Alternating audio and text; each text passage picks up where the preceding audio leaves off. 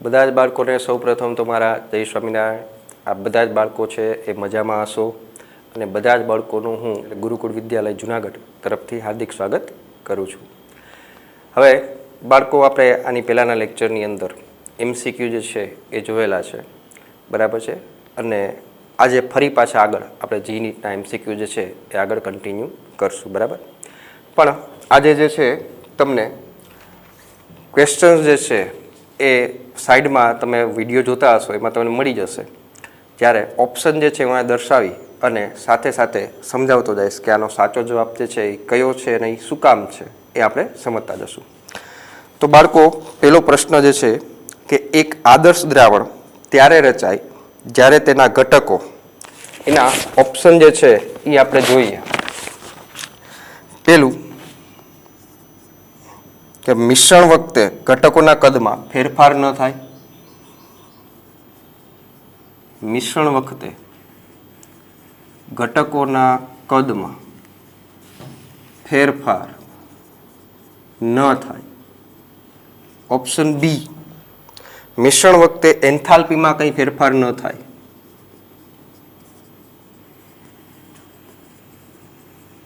એન્થાલ્પીમાં ફેરફાર અથવા ફારફેર ન થાય. ઓપ્શન સી, ઉપરના બંને. અને ઓપ્શન ડી, ઘટકોમાં વધુ દ્રાવ્યતા હોય ત્યારે. તો બાળકો, પ્રશ્ન જે છે એ આવશે ક્વેશ્ચન નંબર 1. ક્વેશ્ચન નંબર 1 છે, બરાબર. તો આ જો બાળકો કે પ્રશ્ન છે કે એક આદર્શ દ્રાવણ ત્યારે જ રચાય કે જ્યારે ક્યારે પણ તેના ઘટકો, એના 4 ઓપ્શન આપણી પાસે છે. તો બાળકો, આદર્શ દ્રાવણ માટેની આપણી પાસે કન્ડિશન છે કે આદર્શ દ્રાવણ ક્યારે રચાય કે જ્યારે મિશ્રણમાં રહેલા ઘટકો છે, એટલે કે એના માટે કદનો ફેરફાર જે છે એ શૂન્ય થતો હોય. એના માટે ડેલ્ટા એચ એટલે કે એન્થાલ્પી ફેરફાર જે છે એ પણ શૂન્ય થતું હોય. તો એવા બંને ઓપ્શન આપણી પાસે છે કે મિશ્રણ વખતે ઘટકોના કદમાં ફેરફાર ન થાય, એનો મતલબ કે ડેલ્ટા વી જે છે એ 0 હશે. એન્થાલ્પી ફેરફાર ન થાય એનો મતલબ કે ડેલ્ટા એચ છે એ પણ 0 હશે. તો એનો મતલબ એમ થાય કે આદર્શ દ્રાવણ ક્યારે બને કે જ્યારે ઉપરની બંને કન્ડિશન જે છે એ લાગુ પડે. તો એવો ઓપ્શન સી છે એ થશે કે જ્યારે ઉપરના બંને દર્શાવે છે કે આદર્શ દ્રાવણ ક્યારે બને કે જ્યારે આ બંને કન્ડિશન છે એ જોવા મળતી હોય, બરાબર. સો અહીંયા તમારો આન્સર આવશે સી. ખ્યાલ આવી ગયો બાળકો? ત્યારબાદ નેક્સ્ટ પ્રશ્ન જોઈએ બાળકો આપણે કે નીચેનામાંથી કોને બાદ કરતા બધા જ આદર્શ દ્રાવણોની જોડ છે. તો હું 4 ઓપ્શન દર્શાવીશ, બરાબર છે. એમાં આદર્શ દ્રાવણની જોડ કઈ નથી એ તમારે કહેવાનું છે. કારણ કે પ્રશ્ન એકવાર હું ફરીથી વાંચું છું કે નીચેનામાંથી કોને બાદ કરતા બધા જ આદર્શ દ્રાવણો છે તો કયું નથી એ તમારે કહેવાનું છે. એમાંનો પહેલો ઓપ્શન છે બેન્ઝીન અને toluene, C6H6 plus C6H5CH3. Option B C2H5Br plus C2H5Cl. Option C C2H5Br plus C2H5I. અને ઓપ્શન ડી છે C2H5I પ્લસ C2H5OH. તો બાળકો, 4 ઓપ્શન આપણને આપેલા છે. તમને પ્રશ્ન અહીં પૂછ્યો છે કે નીચેનામાંથી કઈ આદર્શ દ્રાવણની જોડ નથી. એમાં બાળકો પહેલું છે બેન્ઝીન અને ટોલ્યુઇન. બેન્ઝીન અને ટોલ્યુઇન બંને હાઇડ્રોકાર્બન છે. બંને જે છે આદર્શ દ્રાવણની જોડનું ઉદાહરણ છે. આવી જ રીતના બ્રોમોઇથેન અને ક્લોરોઇથેન બંને જે છે હેલોજનયુક્ત સંયોજનો છે અને બંને જે છે એ પણ આદર્શ દ્રાવણની જોડનું ઉદાહરણ છે. આ રીતના બ્રોમોઇથેન અને આયોડોઇથેન આ પણ હેલોજનયુક્ત કાર્બન થયા, હેલોજનયુક્ત હાઇડ્રોકાર્બન થયા. સો આ પણ જોડ બનાવે છે. જ્યારે આયોડોઇથેન અને ઇથેનોલ આ ઓપ્શન જે છે એ જુદો પડે છે કે જે આદર્શ દ્રાવણની જોડ બનાવતું નથી. સો બાકીના ત્રણેય જે છે એ આદર્શ દ્રાવણની જોડના ઉદાહરણ છે. સો કયું નથી? સો અહીંયા તમારો જવાબ આવશે ઓપ્શન ડી કે આદર્શ દ્રાવણની જોડ બનાવતું નથી. ખ્યાલ આવ્યો બાળકો? એ આ છે ઓપ્શન ડી. ત્યારબાદ બાળકો નેક્સ્ટ જોઈએ કે બાષ્પ દબાણમાં થતો સાપેક્ષ ઘટાડો એ કોના ગુણોત્તરના સમપ્રમાણમાં હોય છે? બરાબર છે. ફરી પાછું હું રિપીટ કરું છું બાળકો કે બાષ્પ દબાણમાં થતો સાપેક્ષ ઘટાડો એટલે કે રાઉલ્ટનો નિયમ વાત કરીએ છીએ એ કોના ગુણોત્તરના સમપ્રમાણમાં હોય છે? તેમાં ઓપ્શન એ છે દ્રાવ્ય અને દ્રાવક ના અણુના ગુણોત્તર ના સમપ્રમાણમાં. ઓપ્શન બી દ્રાવ્ય અને દ્રાવણના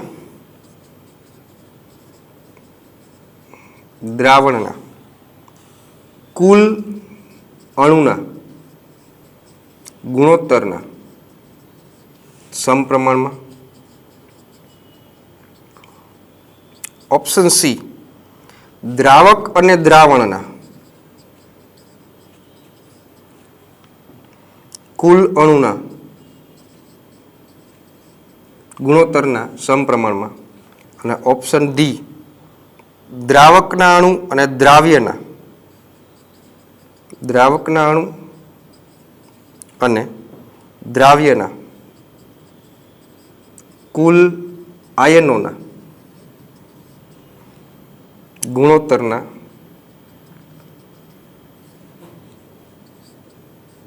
સમપ્રમાણમાં. તો બાળકો પ્રશ્ન એ જે છે કે બાષ્પ દબાણનો સાપેક્ષ ઘટાડો એટલે કે રાઉલ્ટનો નિયમ એ કોના ગુણોત્તરના સમપ્રમાણમાં થાય છે? હવે આપણને ખ્યાલ છે કે રાઉલ્ટનો નિયમ આપણે ભણી ગયા છીએ. તો બાળકો રાઉલ્ટનો નિયમ જે છે એનું સૂત્ર આવું હતું કે P10 minus P1 upon P10 એટલે કે બાષ્પ દબાણમાં સાપેક્ષ ઘટાડો એ દ્રાવ્યના મોલ અંશ બરાબર હોય છે. અને દ્રાવ્યના મોલ અંશ એટલે દ્રાવ્યના મોલને આપણે N2 થી બતાવીએ, દ્રાવકના મોલને N1 થી બતાવીએ. અને દ્રાવ્યના મોલ અંશ લઈએ તો N1 પ્લસ N2 થાય ને. આ જે છે એ શું થઈ ગયું? તો કે દ્રાવ્યના મોલ અંશ થઈ ગયા છે. દ્રાવ્યના મોલ અંશ એટલે કે દ્રાવ્યના મોલ છેદમાં કુલ મોલ. પણ અતિ મંદ દ્રાવણ હોય તો અતિ મંદ દ્રાવણ માટે આપણે એમ કહી શકીએ કે છેદમાં N2 ને છે તમે N1 ના સાપેક્ષ અવગણતા આ જે સૂત્ર જે છે એ આવું થઈ જશે P10 minus P1 upon P10 is equal to N2 by N1. ટૂંકમાં કહી શકાય કે દ્રાવ્ય ઉપર જે છે એને કહેવાય દ્રાવ્ય, નીચે છે એને કહેવાય દ્રાવક. તો ઓપ્શન જોઈએ આપણે દ્રાવ્ય અને દ્રાવકના અણુઓના ગુણોત્તરના સમપ્રમાણમાં. તો દ્રાવ્ય અને દ્રાવક એનો ગુણોત્તર છે આ છે એને કહેવાય બાષ્પ દબાણનો સાપેક્ષ ઘટાડો. સો ઓપ્શન એ જે છે એ જ યોગ્ય છે. બીજો ઓપ્શન છે દ્રાવ્ય અને દ્રાવણના કુલ. સો અહીંયા દ્રાવ્ય અને દ્રાવણ છે એટલે આ ના આવે. ત્રીજું છે દ્રાવક અને દ્રાવણના એટલે આ પણ ના આવે કારણ કે ઉપર જે છે એ તો દ્રાવ્ય આવશે. અને ત્રીજું દ્રાવકના અણુ અને દ્રાવ્યના કુલ આયનો. સો આ પણ નહીં આવે. સો એ કોના ગુણોત્તરમાં થાય છે? તો કે દ્રાવ્ય અને દ્રાવક. ઉપર જે છે એ દ્રાવ્ય છે, નીચે જે છે એ દ્રાવક છે. ખ્યાલ આવી ગયો બાળકો? સમજાઈ ગયું બાળકો બધાને? બરાબર છે. આ જે છે એની કહેવાય બાષ્પ દબાણનો સાપેક્ષ ઘટાડો. આ જે છે એ આદર્શ દ્રાવણની જોડ નથી અને આ જે છે એ આદર્શ દ્રાવણ માટેની કન્ડિશન છે. ખ્યાલ આવી ગયો બાળકો? તો ત્યારબાદ આપણે નેક્સ્ટ ઓપ્શન છે એ જોઈએ કે આપેલા જલીય દ્રાવણમાંથી કોનું ઠાર બિંદુ સૌથી ઓછું છે? અહીંયા જે છે એ હું કરું છું બાળકો. પ્રશ્ન એકવાર હું પાછો વાંચું છું કે આપેલા જલીય દ્રાવણોમાંથી કોનું ઠાર બિંદુ સૌથી ઓછું છે? જેનું ઠાર બિંદુ સૌથી ઓછું હોય એ તમારે કહેવાનું છે. ઓપ્શન હું અહીંયા લખું છું. ઓપ્શન છે 0.01 મોલલ NaCl. Option B 0.005 મોલલ C2H5OH, option C 0.005 મોલલ MgI2 અને ઓપ્શન ડી 0.005 મોલલ MgSO4. તો બાળકો પ્રશ્ન એ જે છે કે નીચેનામાંથી આ તમને 4 ઓપ્શન આપેલા છે, કોનું ઠાર બિંદુ સૌથી ઓછું છે? તો આની ગણતરી આપણે કઈ રીતના કરશું કે 4માંથી કોનું ઠાર બિંદુ સૌથી ઓછું હોય એ તમારે પ્રશ્નમાં કહેવાનું છે. ઓકે, હવે તમે જોવા જાઓ બાળકો તો અહીંયા ચારેયની સાંદ્રતા જે છે ને એ જુદી આપી છે. તમે જુઓ અહીંયા 0.01 છે. હાલો આ ત્રણની સરખી છે, પણ આની બાકીની ત્રણની સરખી છે અને જુદી છે. તો આપણી પાસે એક આ જે છે એ સૂત્ર મેં તમને ગોલ્ડન સૂત્ર લખાયું હતું કે નીચેનામાંથી દ્રાવ્યના કણની સંખ્યા એની સાંદ્રતા સમપ્રમાણમાં ઉત્કલન બિંદુ અને અભિસરણ દબાણ અને વ્યસ્ત પ્રમાણમાં ઠાર બિંદુ અને બાષ્પ દબાણ, આવું આપણે કીધું હતું. તો ઠાર બિંદુ કોનું ઓછું થાય? જેમાં દ્રાવ્યના કણની સંખ્યા હોય એની સાંદ્રતા મેક્સિમમ હોય. બરાબર છે? તો આની અંદર દ્રાવ્યના કણની સંખ્યા જે છે અથવા એની સાંદ્રતા જે છે કોની વધારે હશે એનું ઠાર બિંદુ ઓછું આવશે. તો આમાં તમારે કરવાનું શું બાળકો? આવો MCQ પૂછાય ત્યારે જો આ સરખી હોય ને સાંદ્રતા તો ખાલી કણની સંખ્યાના આધારે તમે નક્કી કરી શકશો. પણ કારણ કે સાંદ્રતા જુદી છે, અહીંયા 0.01 થઈ ગઈ છે, એટલા માટે તમારે આને ગુણ્યા કણની સંખ્યા કરવાની છે. એનો મતલબ શું થયો? NaCl હોય તો NaClમાં કણ કેટલા છૂટા પડે? તો કે NaCl માટે Na પ્લસ અને Cl માઇનસ, સો 2 કણો છૂટા પડે છે. C2H5 જે છે તો C2H5OH એમાંથી કઈ રીતના છૂટું પડે? તો કે ભાઈ C2H5O માઇનસ અને H પ્લસ, સો આમાં બી 2. MgI2 તો MgI2 જે છે એમાં કઈ રીતના છૂટું પડે છે બાળકો? તો કે ભાઈ MgI2 માંથી Mg2 પ્લસ અને 2I માઇનસ, અને ચોથું છે MgSO4, આમાંથી છૂટું પડશે Mg2 પ્લસ અને SO4 માઇનસ 2, સો આમાં 2 કણ, અહીંયા 1 પ્લસ 2 ટોટલ 3 કણ. હવે પ્રશ્ન જે છે પણ અહીંયા ચારે ચાર જે છે ટૂંકમાં અહીંયા આની સાંદ્રતા જે છે એ જુદી છે. તો હવે તમે શું કરશો? તો કે જેટલા કણ મળ્યા છે આપણને એને ગુણ્યા દરેકની સાંદ્રતા કરવાની છે. તો દરેકની સાંદ્રતા સાથે આને ગુણો એટલે 0.01 આની સાંદ્રતા છે NaCl. એટલે આ બાળકો 0.01 ગુણ્યા 2 એટલે આ થશે 0.02. આને ગુણ્યા 2 કરો એટલે આ થશે 0.005, એટલે આ થઈ જશે 5 દુ 10 એટલે 0.01. આને બી ગુણ્યા 0.005 કરો, 5 તેરી 15, એટલે આ થશે 0.015, અને આને બી ગુણ્યા 0.005 એટલે આ 0.01. હવે તમારે એ જોવાનું છે કે ચારે ચાર જે આપણે સંખ્યા મળી, અહીંયા મળી 0.02, અહીંયા મળી 0.01, અહીંયા મળી 0.015, અહીંયા મળી 0.01, એમાંથી સૌથી વધારે કઈ છે? તો કે વધારે છે એ NaClની છે. કેમ? 0.02 છે, અહીંયા 1 છે, આ 0.015 છે અને આ 0.01 છે. તો આમાં સૌથી વધારે છે જે સંખ્યાની સાંદ્રતા છે આમાં વધારે છે NaClમાં. સો અહીંયા ઓપ્શન એ જે છે એ તમારો જવાબ થશે, 0.01 મોલલ NaCl. ખ્યાલ આવી ગયો બાળકો? તો ચાલો બાળકો આનો સ્ક્રીનશોટ છે એ તમે પાડી લો. બરાબર છે? નેક્સ્ટ આના પછી MCQ આપણે કન્ટિન્યુ કરશું. બરાબર?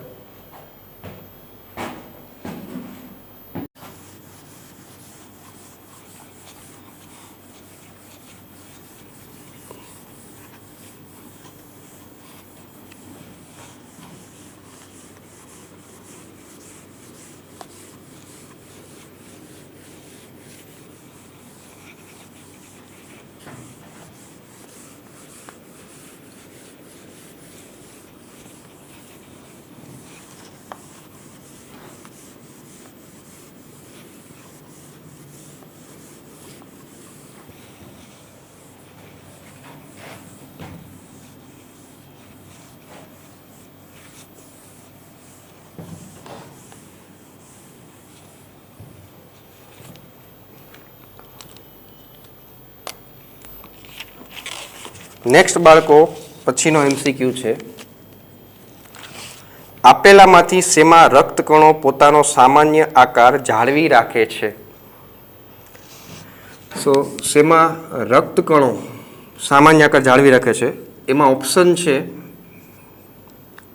રુધિર સાથે હાઇપોટોનિક હોય ત્યારે,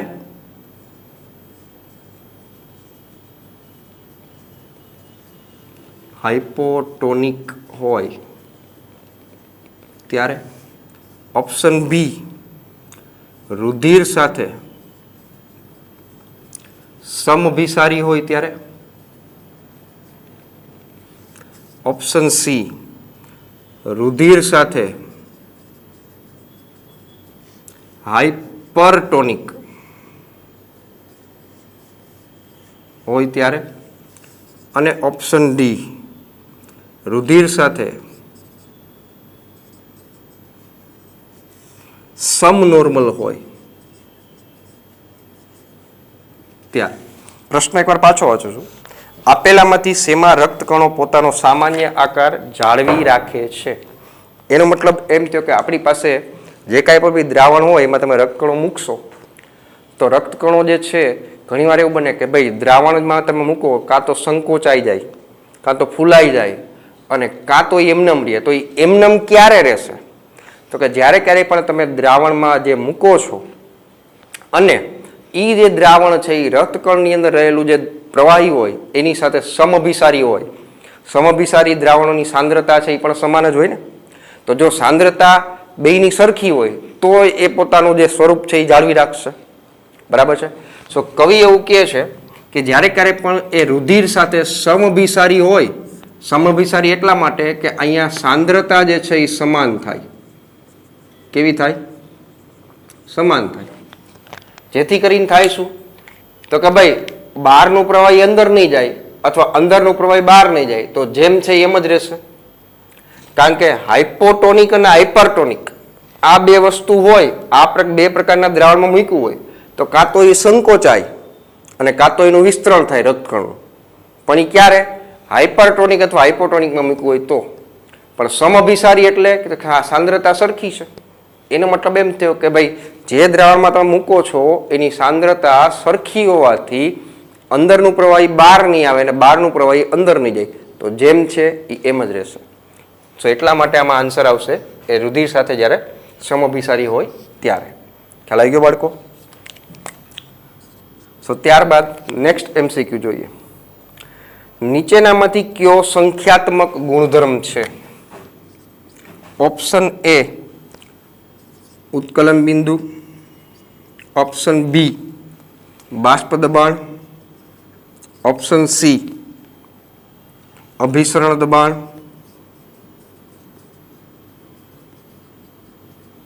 અને ઓપ્શન ડી થાર બિંદુ. પ્રશ્ન જે છે કે નીચેનામાંથી કયો સંખ્યાત્મક ગુણધર્મ છે? આ જ્યારે હું ટોપિક ભણાવતો હતો ત્યારે જ મેં તમને સમજાવેલું હતું કે કયો સંખ્યાત્મક ગુણધર્મ છે. ઉત્કલન બિંદુ સંખ્યાત્મક ગુણધર્મ નથી. ઉત્કલન બિંદુમાં ઉન્નયન ડેલ્ટા ટીબી, ઉત્કલન બિંદુમાં ઉન્નયન છે એ સંખ્યાત્મક ગુણધર્મ છે, એટલે આ ના આવે. બાષ્પ દબાણ, બાષ્પ દબાણ સંખ્યાત્મક ગુણધર્મ નથી, પણ બાષ્પ દબાણમાં સાપેક્ષ ઘટાડો છે એ સંખ્યાત્મક ગુણધર્મ છે. આ છે, આ પણ ના આવે. અભિસરણ દબાણ ખાલી પાય, યસ અભિસરણ દબાણ આ સંખ્યાત્મક ગુણધર્મ છે. ઠાર બિંદુ, ખાલી ઠાર બિંદુ સંખ્યાત્મક ગુણધર્મ નથી. ડેલ્ટા ટીએફ છે એ સંખ્યાત્મક ગુણધર્મ છે. સો આ બી ના આવે. સો આન્સર આવશે અભિસરણ દબાણ પાય. ખ્યાલ આવી ગયો બાળકો?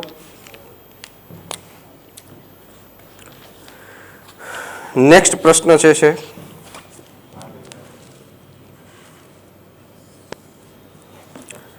કે 7મો પ્રશ્ન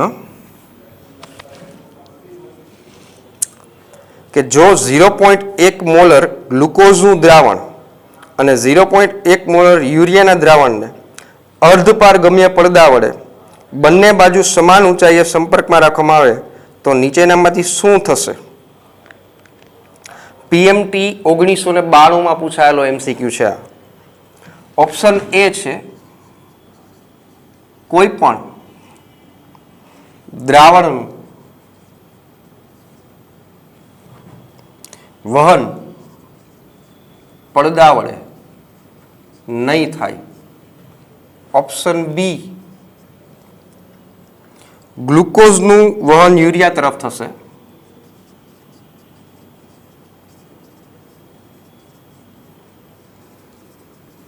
ઓપ્શન સી, યુરિયાનું વહન ગ્લુકોઝ તરફ થશે. અને ઓપ્શન ડી, પાણીનું વહન યુરિયાના દ્રાવણ તરફથી ગ્લુકોઝના દ્રાવણ તરફ થશે. પાણીનું વહન યુરિયાથી ગ્લુકોઝના દ્રાવણ તરફ. પ્રશ્ન એકવાર પાછો વાંચું છું બાળકો. 0.1 મોલર ગ્લુકોઝનું દ્રાવણ છે અને 0.1 મોલર યુરિયાનું દ્રાવણ છે. એની વચ્ચે અર્ધપારગમ્ય પડદો મૂક્યો છે. અહીંયા સમજાવું તો આપણી પાસે દાખલા તરીકે આ જે છે એ અર્ધપારગમ્ય પડદો છે.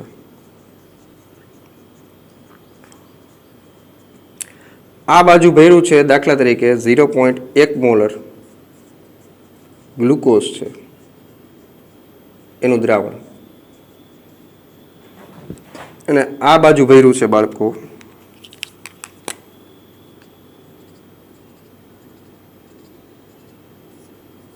0.1 મોલર યુરિયાનું દ્રાવણ છે.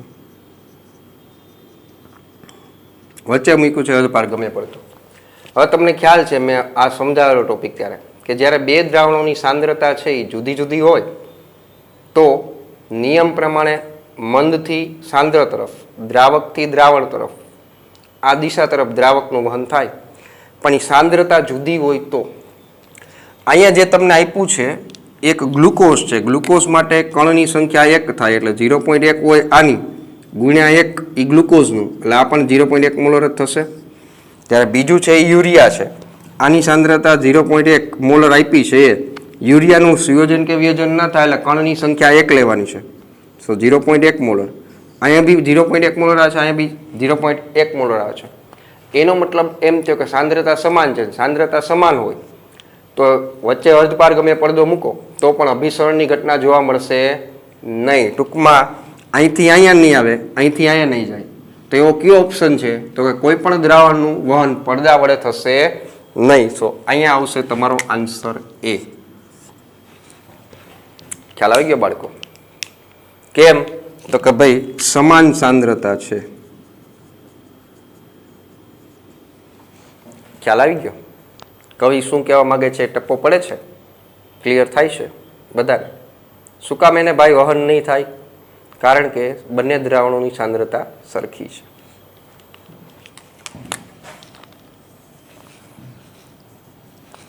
સો નેક્સ્ટ એમસીક્યુ જોઈએ બાળકો.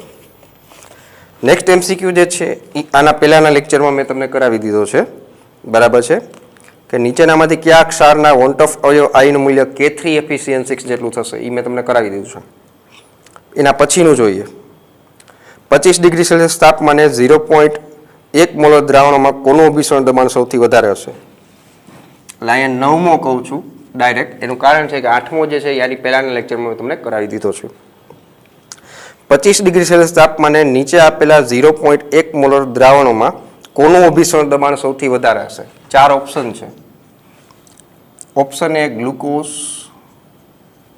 Option B urea, option C CaCl2 અને ઓપ્શન ડી KCl. પ્રશ્ન એ છે કે નીચેનામાંથી કોનું અભિસરણ દબાણ સૌથી વધારે?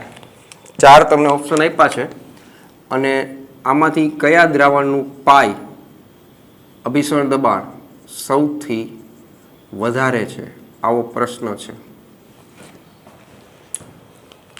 તો આપણી પાસે ઓલું ગોલ્ડન સૂત્ર તો છે કે દ્રાવ્યના કણની સંખ્યા સમપ્રમાણમાં અભિસરણ દબાણ અને ઉત્કલન બિંદુના સમપ્રમાણમાં હોય ને. તો આપણે તો અભિસરણ દબાણની વાત કરવાની છે. જેમાં કણની સંખ્યા વધારે છે એનું અભિસરણ દબાણ સૌથી વધારે છે. આ લાગુ પાડવાનું છે. તો પેલું ગ્લુકોઝનું સુયોજન કે વિયોજન ન થાય તો આના માટે કણની સંખ્યા 1. યુરિયામાં પણ સુયોજન કે વિયોજન ન થાય, કણની સંખ્યા 1. Cl2 માં વિયોજન થાય Ca2+ અને 2Cl-. સો 1 + 2 આ ટોટલ કેટલા થયા 3.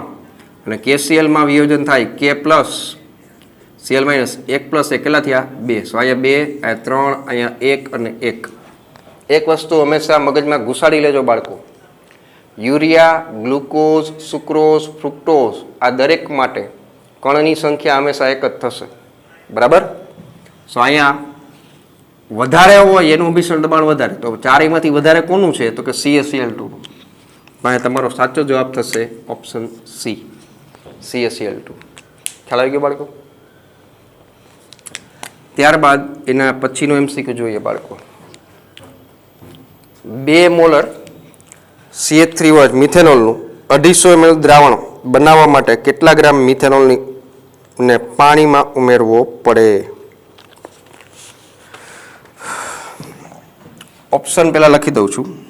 Option A 9.6 × 10⁻³ option B 2.4 × 10⁻³ option C 9.6 option D 2.4.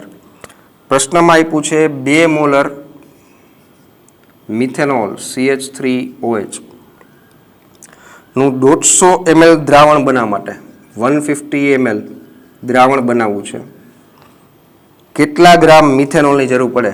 તો CH3OH નું દળ કેટલું છે એ પ્રશ્નમાં છે. તો મિથેનોલનું દળ કેટલું હશે એ 4 ઓપ્શન આપણે આપેલા છે. દ્રાવણની મોલારિટી પણ આપી છે, દ્રાવણનું કદ જે છે એ પણ આપ્યું છે. તો મોલારિટીનું બાળકો સૂત્ર મૂકવાનું છે.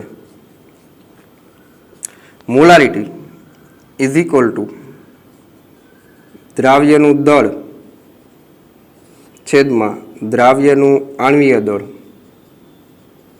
ગુણ્યા અહીંયા દ્રાવણનું કદ લીટરમાં અને અહીંયા ઓકે આપણે 1000 નહીં કરીએ, કેમ? લીટરમાં છે એટલા માટે. જો mlમાં હોય તો ઉપર 1000 કરવા પડે. મોલારિટી આપી છે કેટલી છે તો કે 2 મોલર.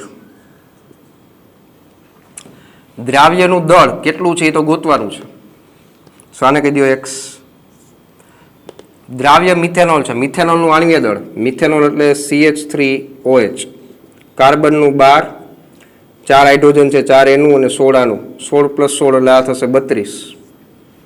સો આ થશે 32 અને 150 ml પણ એને લીટરમાં ફેરવો એટલે આ થઈ જશે 0.15 લીટર. સો therefore x બરાબર 2 × 32 × 0.15. જે ગણતરી કરશો એટલે બાળકો 0.15 × 2 એટલે એ થઈ જશે 3 અને એને ગુણ્યા 32. સો આ થશે 9.6. તમારો આન્સર આવશે ઓપ્શન સી, આ આવશે 9.6. ખ્યાલ આવી ગયો બાળકો? સો આ જે છે બરાબર છે, મોલારિટી જે છે એ આપેલી હતી, દ્રાવ્યનું દળ જે છે એ ગોતવાનું હતું, આણ્વીય દળ આપણે મેળવું અને કદ જે છે એ mlમાં હતું એમાંથી લીટરમાં ફેરવી નાખ્યું. ખ્યાલ આવી ગયો બાળકો? તો જોઈ લો બાળકો, ચાલો એનો સ્ક્રીનશોટ છે પાડી લેજો.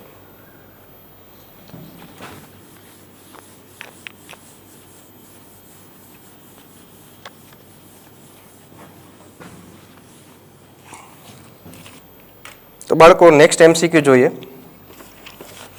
બહુ સિમ્પલ અને બહુ સરળ છે. રાઉટના નિયમ અનુસાર બાષ્પ દબાણમાં થતો સાપેક્ષ ઘટાડો કોના સમપ્રમાણમાં હોય? એમાંનું પહેલું છે દ્રાવ્યના મોલન્સ, ઓપ્શન બી દ્રાવકના મોલન્સ, ઓપ્શન સી દ્રાવ્યના મોલ અને ઓપ્શન ડી દ્રાવકના મોલ. પ્રશ્ન છે રાઉટના નિયમ મુજબ બાષ્પ દબાણમાં થતો સાપેક્ષ ઘટાડો.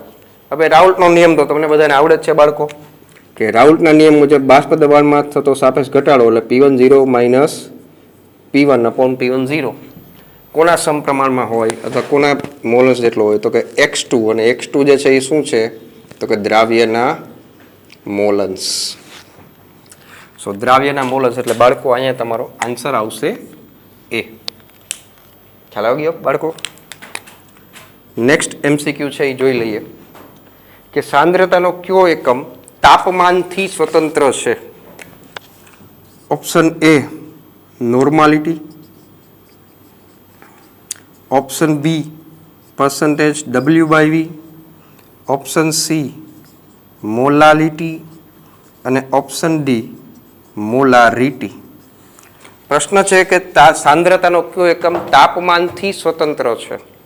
એનો મતલબ કે તાપમાન પર આધાર રાખતું નથી એવો કયો છે. બરાબર છે? તો આપણે મેં ચેપ્ટરમાં તમને સમજાવેલું કે કોઈ પણ પ્રવાહીનું કદ હોય તો એ કદ જે છે એ તાપમાન આધારિત હોય. ટૂંકમાં જે સાંદ્રતાના એકમોમાં કદ આવશે એ બધા જ તાપમાન સાથે બદલાશે, અને જેમાં કદ નહીં આવે એ તાપમાન સાથે નહીં બદલાય. તો તાપમાનથી સ્વતંત્ર કયું હોય કે જેમાં કદ નહીં આવતું હોય? તો આપણી પાસે મોલાલિટી એક એવું છે. જો નોર્માલિટીમાં સૂત્રમાં છેદમાં કદ આવે, અહીંયા તો કદ છે જ. મોલારિટીમાં પણ છેદમાં કદ આવે. મોલાલિટીમાં એક એવું છે કે જેમાં દ્રાવકનું દળ આવે છે. ટૂંકમાં ક્યાંય કદ જે છે એ આવતું નથી, એટલા માટે તાપમાન પર આધાર રાખશે નહીં. સો અહીંયા બાળકો તમારો આન્સર થશે ઓપ્શન સી. બરાબર? તો બાળકો આજના લેક્ચર માટે અહીંયા સુધી જે છે એ રાખીએ છીએ. વધુમાં આપણે આવતા લેક્ચરની અંદર કન્ટિન્યુ કરશું. બરાબર? ચાલો બધા જ બાળકોને ફરીથી મારા જય સ્વામિનારાયણ.